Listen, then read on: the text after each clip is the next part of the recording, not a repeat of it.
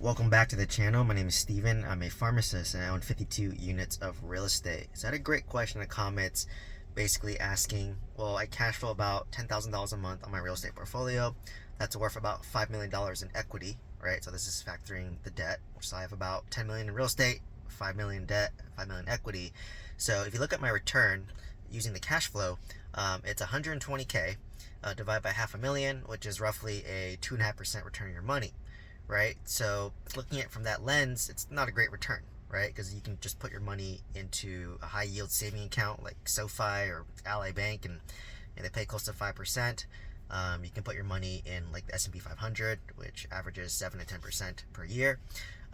So it was quite interesting just pausing and thinking about that, right? So what this doesn't factor is this is just purely cash flow, right? My portfolio is built mostly on appreciation, right? I own a lot of single family homes in California, which California, unfortunately, is more of an appreciation market versus a cash flow. So, for example, my first single family home I bought in California back in 2017, I bought for 800,000, and fast forward to today in 2024, it's worth about 1.3 to 1.4 million dollars, right? But the rents in that time have only gone up by maybe $400 since when I initially rented it out. So it's more of a appreciation market, right? So all my single family homes in California are more of an appreciation play. I do own apartments in Oklahoma, which is more of a cash flow play, but also because I forced the value of my apartments up in rents and increases the net operating income, my cap rate stays the same. I doubled the value of my apartments, right? So for example, on my 26 unit, I basically am all in for $800,000 if you include the purchase price of half a million plus 300K of renovation. And from there, I doubled the rents from like 350 to 700 after renovating all the units. So I doubled my net operating income, which doubles the value, right? So I forced $800,000 of appreciation, and this one now cash flows, right? So I built up a lot of equity in my portfolio, right? Currently, I own about 10 million in real estate, which half, 5 million is debt and 5 million is equity, right? So I'm not too leveraged, but the downside of that is my cash and cash returns a little bit less, right? So obviously I could just sell everything right now, pay my primary residence, and let's just say I'm stuck with $4 million of money after taxes, and then let's say $1 million goes to paying off my primary residence free and clear, and I have about $3 million that I could just invest in the S&P 500 or leave in a high yield saving account, earning 5%. So it's gonna be about 150K a year, right? That's taxable. So so cash and cash wise, I am kind of building up a lot of equity. So what's nice about real estate is you have a lot of options, right? So I could literally just sell, and from there, just dump it in the SP 500, and it's easy, right? Like you just throw it there, set it, forget it, live off the dividends, take some reserve money, throw it in a high yield saving account, and then I could travel, do whatever I want. That's a very low stress portfolio, right?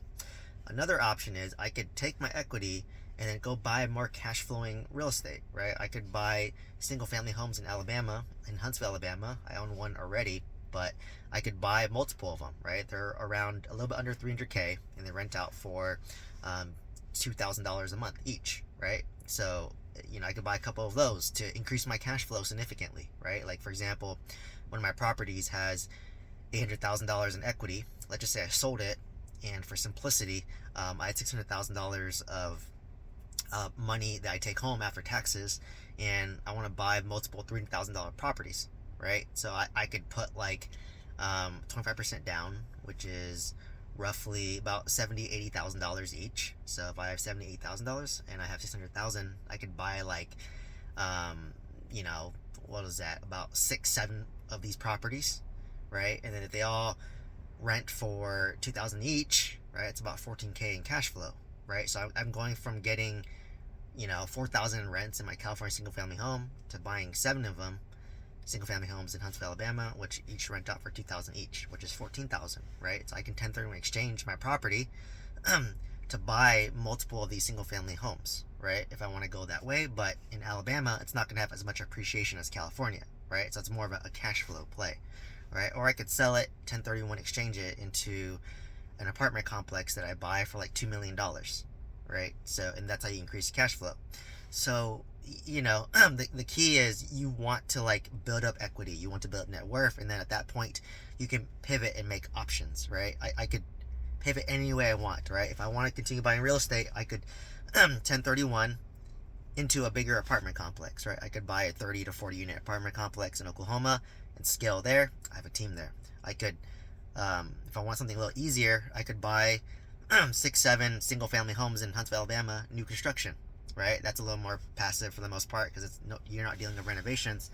Or if I want to just kick back, relax, and just travel and not deal with it anymore because I want an easier life, then I just can sell it and dump it into stocks, right? So it's a very privileged position for me to be able to do that, right? And I've worked to get there, and once you get there, you can do whatever you want to do options, or to do whatever fits your lifestyle at that time, right? Or I could, what a lot of hard money lenders do is I could sell it all, have a lump sum of money, and become a hard money lender, right? Charging 15% to borrow money for fix and flips or bridge loans, right? So that's the easier way, where you just have to underwrite the deal, you lend out money backed by real estate, and you become the lender, right? So you upgrade, right? So right now I'm borrowing from the bank to buy real estate, but once I build up enough equity, I can then become a bank, right? If I want to go down that route. So that's really the beauty about real estate. So right now for me, because I am working full-time still, it just makes sense to continue my portfolio.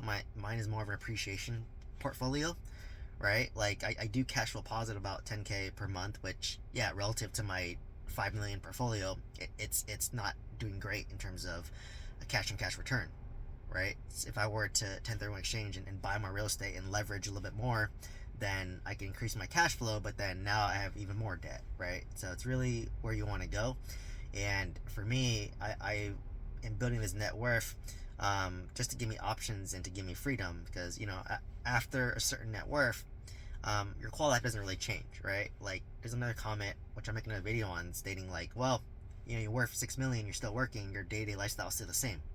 And yes, that's true, but the difference is I have the option to step away from my job whenever I want to, right? Like if I have kids, a family, I have the option to step away, right? And I set myself up to have that option.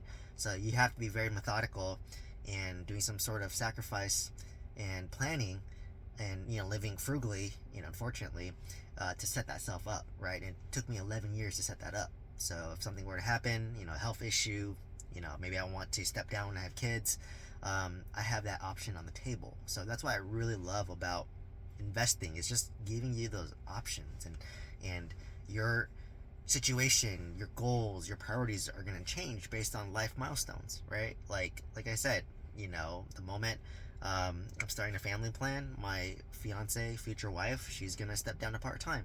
She's a pharmacist right now, and when she's part-time, she'll just work maybe 2 days a week, and then eventually, if we have a second kid, maybe she'll just work 1 day a week or not work at all. And then maybe at that point, I would want to go down to part-time from full-time, right? And in order for me to do that, I probably need to sell off a property, use that equity to pay off my primary residence, to lower my living expenses and not worry about my living expenses, right? Which is, the biggest living expense is your rent or your primary residence. So, feel very fortunate to be in this position, which is why I'm sharing my journey, right? It's really to show that it's possible. I basically did this without a golden spoon. I didn't come from money. My parents were immigrants here from Vietnam. So I pretty much came here, was taught that, just save money, and debt was bad. So I went against my parents' advice and bought a bunch of real estate, leveraged up, but, they've built up equity, which helped me deleveraged, and, I've continued to work, build multiple streams of income, and now I set myself up to, I could do whatever I want, right, at this point. Like, if I don't want to work tomorrow, I just got to make a couple moves, sell some real estate, and done. I don't have to work, right? So, very nice to have those options, and right now I'm choosing to work. So I would say it's a different mindset when you choose to work, right? And you're not motivated by like, oh, I have to work because I need to pay bills. Like for me, like I don't have to work. Obviously it makes sense to work because of the benefits, right? You get PTO, you get consistent income, you can build up max out your 401k, whatever that looks like, right? Like I'm continuing to work as I build up my side businesses, and hopefully my side businesses start to pick up some steam, so that it makes it easier for me to scale back from my W-2. So really, the more the story is, as you build up a net worth, as you build more wealth, it really just gives you options in life, and you can exercise what options that make sense for you in your current situation, right? Because I know that I'm not going to buy like 80 units in 8 months when I have kids and a family, because that's a little bit risky, right? And I don't want to take that risk when I have kids and a family. But when I'm a single guy living in an apartment while working, I can take some risk, right? Some calculated risk, and know the downside and be okay with the downside, right? Like on my mobile home park, I knew I could lose money in the deal. I did lose money in the deal, but I took the hit, and I can take the hit because I am working. Anyways, if you're interested in building up your net worth through multifamily real estate with some guidance, check out the mentorship program. Otherwise, please like, comment, subscribe. Please share this video with somebody who can find value from this. Let me know if you have any questions. Love to answer your questions. Hope to see you in the next one. Thank you so much.